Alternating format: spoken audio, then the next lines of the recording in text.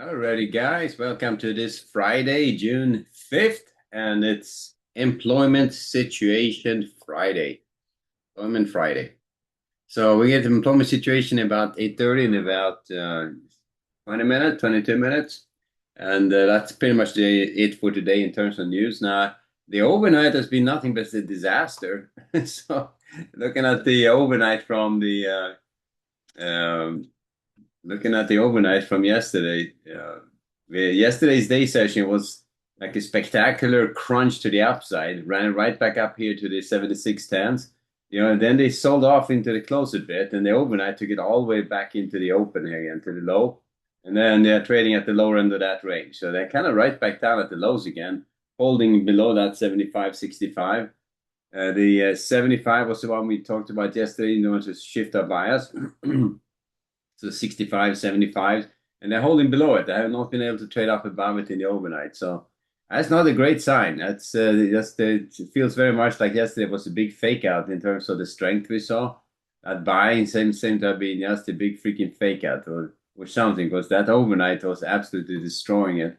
And the same thing going on with the Nasdaq, even worse on the Nasdaq side. So I'm going to watch this pretty carefully. But right now, if they take out this 75.40 and 75.50, I'm going to shift my bias to the short side and see how far I want to run it lower. If they hold kind of where they're at and starts trading above the 75s, then I'm going to start thinking maybe have a shot at trading back up again. So the overnight trend is pretty telling. It's sitting right here in an area of congestion, in a decision area where you have to decide if we want to be heading lower, trade back up, or just sit on the sidelines. Obviously, the employment situation coming out is going to be a big deal out of that. This could shoot it straight up, or we could shoot it straight down. So it's anyone's guess where that's going to go. But if the employment situation blows through the lows, I'm going to stay on the short side of this until I see anything to the contrary. In other words, trading back up about these levels with a bit of conviction. So that's kind of where we are. Now, support, next level of support is going to be down here at the 75.10s. That's going to be a couple of levels lower. And if that comes out, then we're going to have to worry about a change in direction. So if that comes out, in other words, they take out the 75.50s, the 40s, the 30, the 25s here, and the 15s. If all these levels comes out on the way down, we may have a change in direction and may have to start considering the short side in a much bigger way. So we'll see if we've got a correction in front of us or not. It looks a little bit interesting.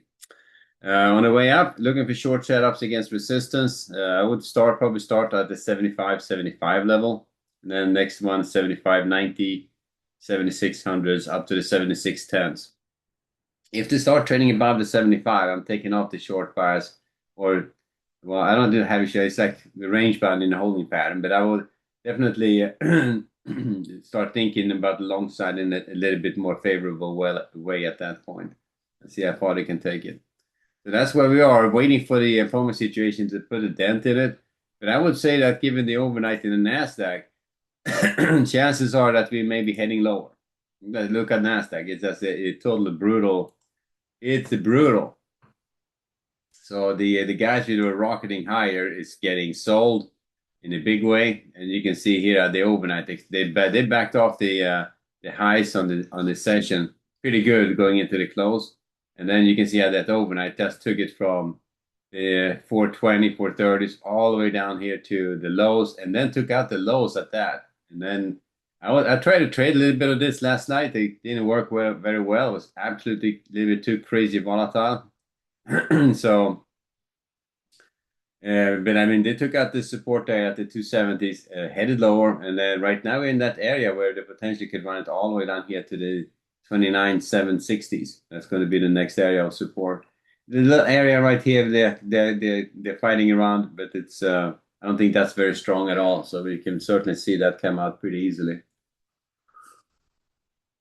So pretty good move to the downside could be ahead of us if the employment situation comes out with a negative print, or with a negative reaction, I should say. And if the reaction is positive and we start trading back up again, we may be right back in action. They take out this area, the 260, 270s, Starts trading above this area, the 240s and the 300s.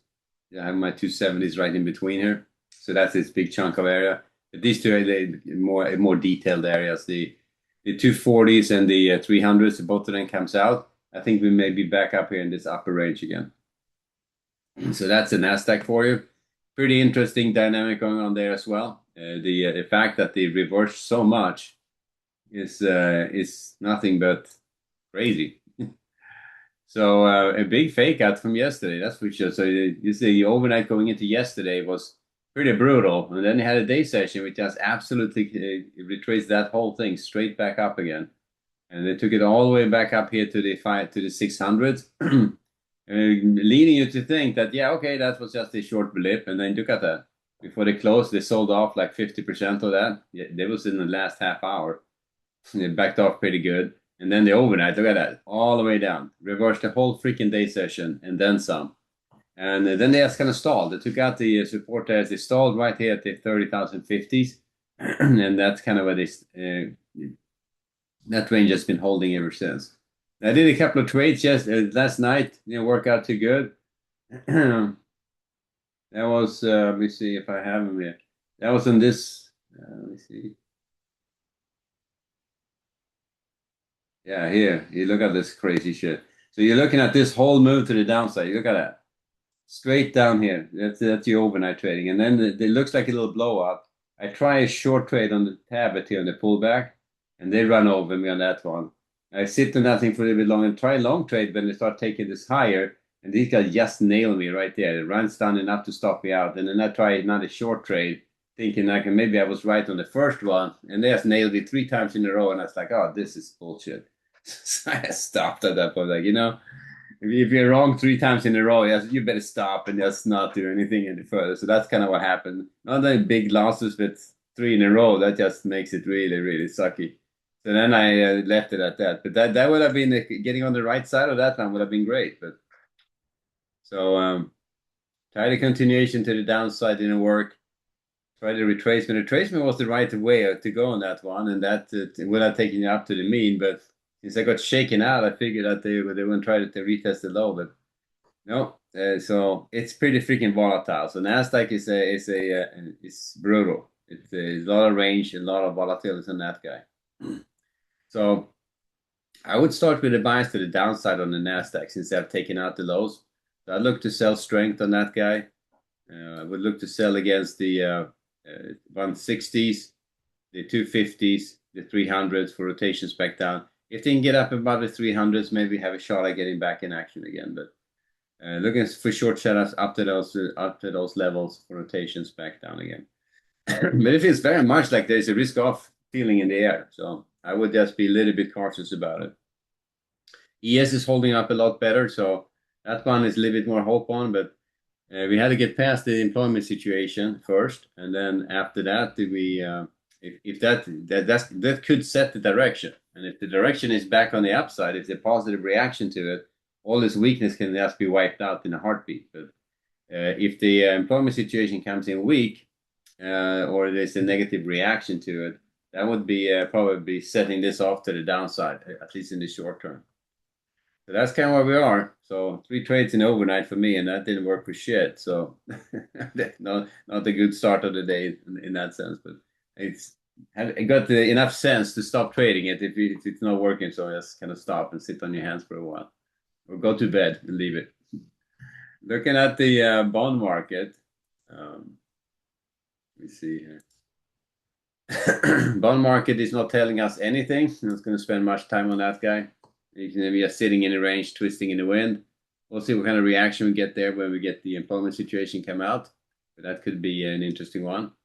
But there's no, I guess, the range bound trading, sell strength at 12.15 and 12.20s, buy weakness at the 08s down to the 12.02s, maybe down to the 11.30s here for rotations back up.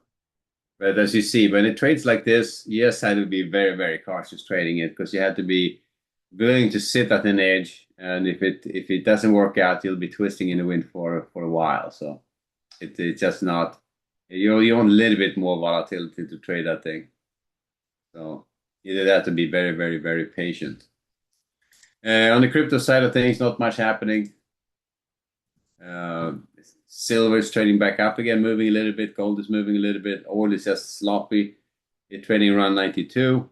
The Bitcoin and Ethereum futures are just pretty much following suit with the market. Feels like they're trading lower. Bitcoin down to 62, Ethereum down to 1660 right now. Those are the futures contracts. So we'll see. But that's why I haven't done anything on those in the overnight. But the ES and Nasdaq was the one which was moving in such a beautiful way. The ES was moving pretty good as well.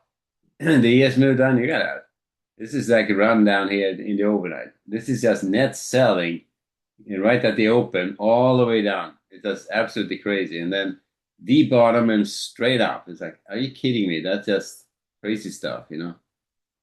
So to get on that trade, you kind of had to sell it low. I tried that pullback on the tablet, and that just it didn't work. And then, of course, a couple of other ones which didn't kind of pan out either. But anyway, so we're starting off the Nasdaq looking to sell strength. That's the way. That's in if the employment situation comes out as a volatile but not directional reaction. Look to sell strength for rotations down. On the ES, I would be a little bit more range bound, watching these two areas, the 75, 50, and the 40s. And if both of them comes out, then I'm on back on the short side again. So we'll see. So short setups against the 75s and the 90s for the ES. Looking to buy against the 50s and 40s.